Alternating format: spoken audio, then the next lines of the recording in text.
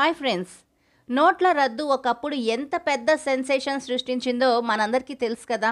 మనమంతా కూడా అర్ధరాత్రి అని లేకుండా, అపరాత్రి అని లేకుండా ఏటీఎంల దగ్గర క్యూ లైన్స్లో నిలబడి డబ్బులు తీసుకున్న విషయం తెలిసిందే. ఇక ఇప్పుడు మరోసారి నోట్ల రద్దు కాబోతున్నట్టు తెలుస్తుంది. అదేంటంటే 500 రూపాయల నోట్లు, 200 రూపాయల నోట్లు రద్దవుతాయనే టాక్ అయితే నడుస్తోంది. దీనిపై ఏపీ సీఎం చంద్రబాబు నాయుడు చేసిన కామెంట్స్ కూడా ఇప్పుడు హాట్ టాపిక్గా మారాయి. అదేంటంటే గత 5 ఏళ్లలో దోచేసిన సొమ్ముతో వ్యవస్థల్ని మేనేజ్ చేయడానికి కొంతమంది ట్రై చేస్తున్నారట.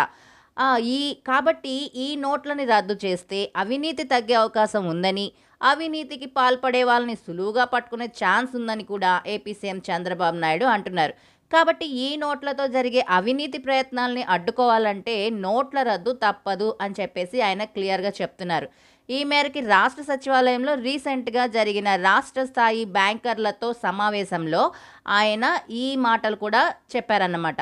నోట్ల స్థానంలో డిజిటల్ కరెన్సీని ఏర్పాటు చేస్తే చాలా బాగుంటుందని ఆయన బ్యాంకర్లకి ఒక సలహా కూడా ఇచ్చారన్నమాట. ఎన్డీఏ కూటమిలో కీలకంగా ఉన్న చంద్రబాబు నాయుడు నోట్ల రద్దు విషయాన్ని చెప్పడం చూస్తుంటే మోడీ ప్రభుత్వం నోట్లు రద్దు చేయబోతోందా, కాబట్టి ఆ విషయాన్ని చంద్రబాబు నోటు చెప్పించిందా అనే టాక్ అయితే నడుస్తుంది. అందుకే చంద్రబాబు ముందస్తుగా ఒక హింట్ ఇచ్చారా అనే కోణంలో ఇప్పుడు చర్చలు మొదలయ్యాయి.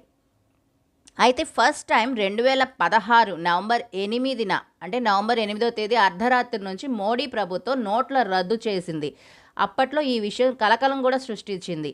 1000 రూపాయల నోట్లు, 500 రూపాయల నోట్లను రద్దు చేసి వాటి ప్లేస్లో 2000 రూపాయల నోటు, 500, 200 రూపాయల నోట్లను తీసుకొచ్చింది. ఇక ఇప్పుడు అవినీతిని అరికట్టాలంటే ఈ 500 రూపాయల నోట్లు, 200 రూపాయల నోట్లు రద్దు చేయక తప్పదు అనేసి ఏపీ సీఎం చంద్రబాబు నాయుడు అయితే అంటున్నారు.